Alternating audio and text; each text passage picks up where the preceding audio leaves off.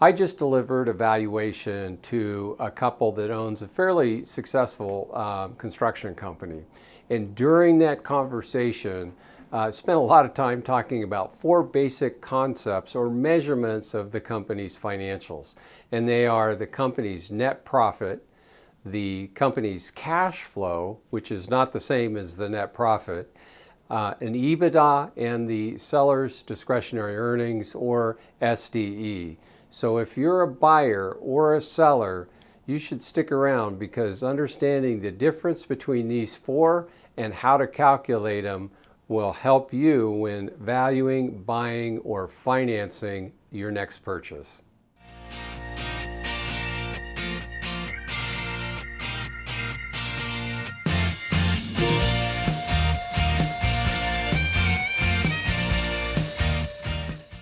As always, as we go through this presentation, if you've got questions, please leave them in the comments below and I will get back to you. So when calculating a company's cash flow and its net profit, you start with the company's profit and loss statement and the balance sheet. So let's go to this first slide and I can kind of walk you through how to calculate both the net profit in the cash flow. In this slide, you'll see that the company has revenues of about $8.7 million. Its cost of goods were $6.6 million, giving you a gross profit of a little over $2 million. From there, you take away the company's operational expenses of about $1.1 million, interest payments of $15,000, and depreciation of $40,000. Giving you total operational expenses of $1.16 million. So you take that from the gross profit and you'll figure the net income from operations, or what's more commonly known as the net profit of the company. Now, to calculate the cash flows of the company, that is literally the net profits minus all other expenses associated with that financial period. So in this case, you'd have taxes of 33%, or a little over 300 grand. And this is where you pull in the balance sheet. You'd look for principal payments, which are not included in the company's profit and loss statement. So between the taxes of 300 and the principal payments of 35,000, you'd have cash flow of $584,000 for this company. Well, now that we've calculated the net income, the after-tax income, and the cash flow of the company, the next step is really to focus on calculating an EBITDA. Now, using the numbers from the previous slide, let's take a look at how you do that. You start with the after-tax income. In this case, it's $619,000. To that, add your interest payments of $15,000, taxes of $305,000, and depreciation of $40,000, giving you a total number for an EBITDA calculation of $979,000. Now, this calculation, depending on the size of the company and the management team either staying in place or not, can be one way to calculate a value for a company. The next one is the seller's discretionary earnings. And this one can be a little controversial depending on what you're adding to those numbers. So let's take a look.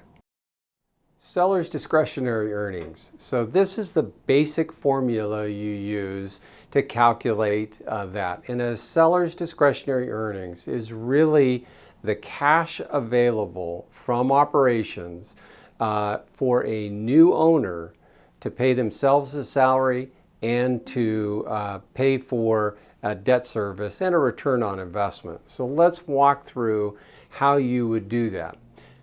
You take the first number you take is the income from operations of $924,000. To that you'd add the interest of $15,000, depreciation of $40,000, and in this case, the owner's compensation was $210,000. So you'd add those together, and from the P&L that we had in the very first slide, you would have a cash available for a new owner to pay himself a salary, pay debt service, and get a return on investment of $1,189,000. Seller's discretionary earnings can be presented in a couple different ways. The first slide that we showed you was just totally accepted by all lending institutions, in that everything that was in that descriptions, the income from operations, the interest, depreciation, and owner's compensation come right off the seller's tax returns. And that's what a lender is going to use for the source of truth.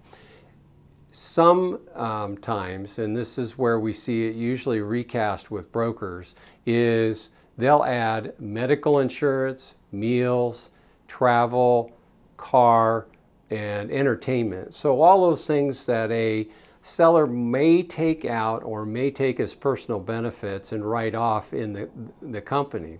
The problem is that a lender is not going to allow you to add those back unless you've got a really strong case scenario and you can actually prove it. I've not seen a case where they've done it. And the other thing that you have to understand is that when you're dealing with a lender, you're really selling the transaction 3 times. The first time to the buyer, the second time to the lender, and the third time to the lender's appraiser. And when the appraiser and the lender go through these numbers, they're going to use the tax returns as a source of truth. But for right now, let's walk through some of the things that I usually see sellers representing in their adjusted seller's discretionary earnings from a broker or in a transaction. And they include medical insurance, and this one I colored in orange because I have seen lenders and the appraisers allow for that add back if it's properly documented. But things like meals, travel, car allowance, or entertainment are simply not added back to the cash flow.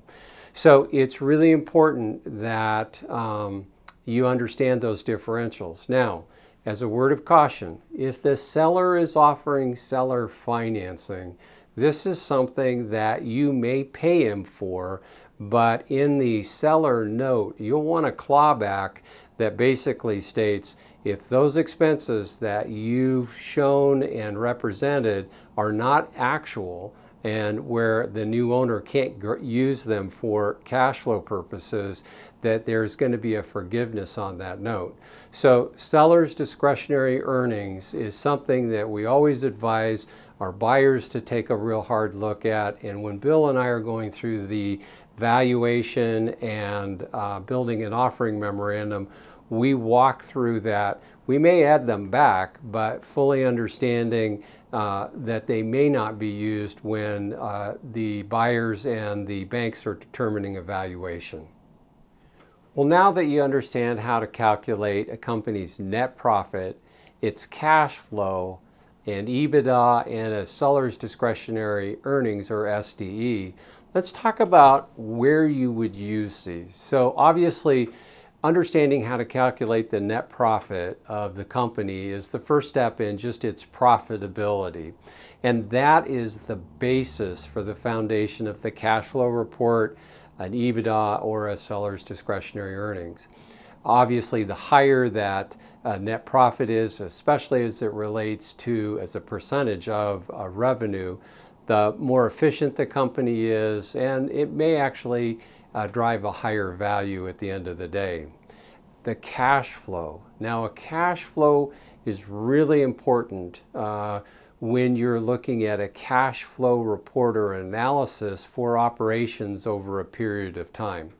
Not something usually done with small businesses, but if you're looking to look at analyze the cash flow, what you're really doing is looking at the cash that is available on over a period of time for reinvestment in the company, capital expenditures. Maybe you're putting in a new processing system or you need a new equipment, you really need to understand the cash flow forecast of the company to see if you can actually afford it. Now, EBITDA and SDE are really cash that's available in different calculations for an acquisition, and it helps establish value. Now, you'd use a multiple of EBITDA and a multiple of seller's discretionary earnings to calculate a company's valuation. Now, those multiples can be influenced by a lot of factors.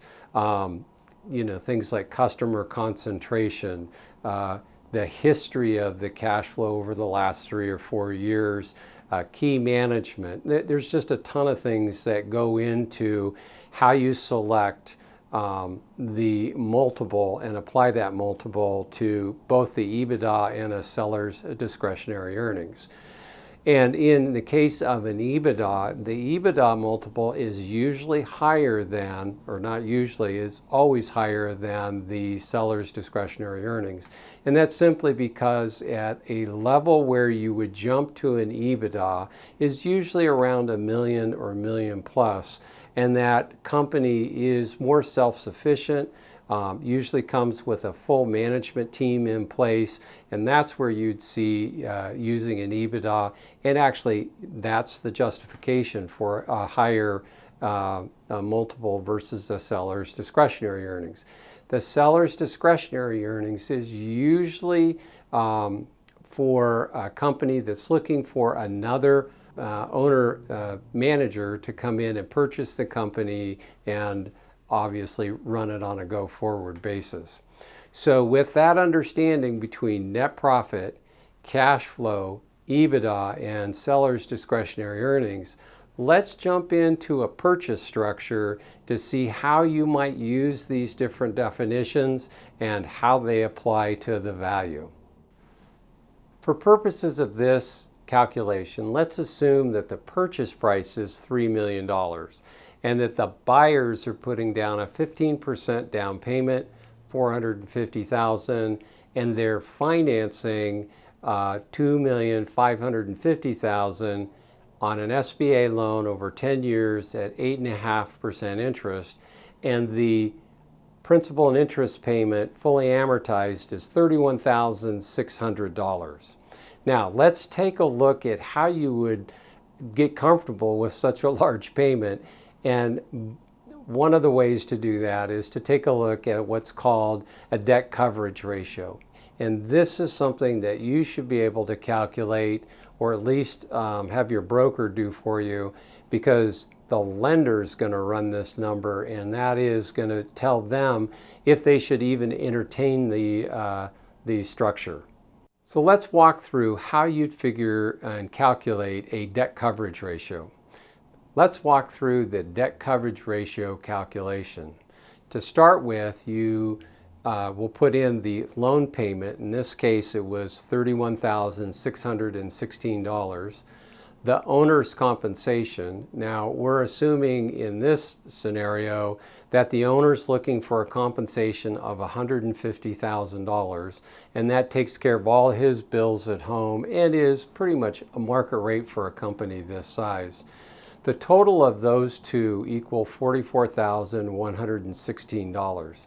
Now, from that, you would take the seller's discretionary earnings, in this case, the $1,189,000, divided by 12 to get your monthly figure of $99,117. So you take the total of the loan payments, owner's comp, from the SDE, and you get a net cash of $55,000. So it seems like there's plenty of cash there, but let's talk about the ratio. In this case, there is a ratio of 2.25 to 1. And that really is calculated by taking the total of the loan payment and owner's comp and figuring out how many times that would go into the SDE. In this case, it goes into the SDE 2.25 times, or a ratio of 2.25 to 1. Now, lenders are looking for at least currently in this interest rate environment of at least 1.5 or greater. In our larger transactions, we often see buyers run what's called a modified debt coverage ratio. And here's what that looks like. So you still have that loan payment of $31,616. You have the owner's compensation of $12,500, and now we're going to calculate a return on investment of which is $7,500. Now that ROI was calculated at 20% off of the buyer's down payment, and so what we're looking to do here, what the buyer's looking to do, is make sure that they have enough cash for the loan payment and owner's comp, but also get a return on their investment on their down payment. And then you go through and run the ratios the way that we ran them before. In this case, your ratio turns out to be 1.92 to 1, which again is a very strong ratio. But this is another way for you as a buyer to run those numbers and make sure that you're not only able to pay debt service, give yourself a living wage, but also get a return on your investment for this entire investment that you're making to make financial sense. So there you have it. The differences between net profit, cash flow, EBITDA, and seller's discretionary earnings, and how you would use these different calculations when valuing, buying, or financing a company. So I hope you found this information helpful as you walk through your next purchase, or if you're a seller, understanding how to calculate that value to put your business on the market. And if you did, please hit like and consider subscribing to the channel to help us grow it. And we'll see you on the next video.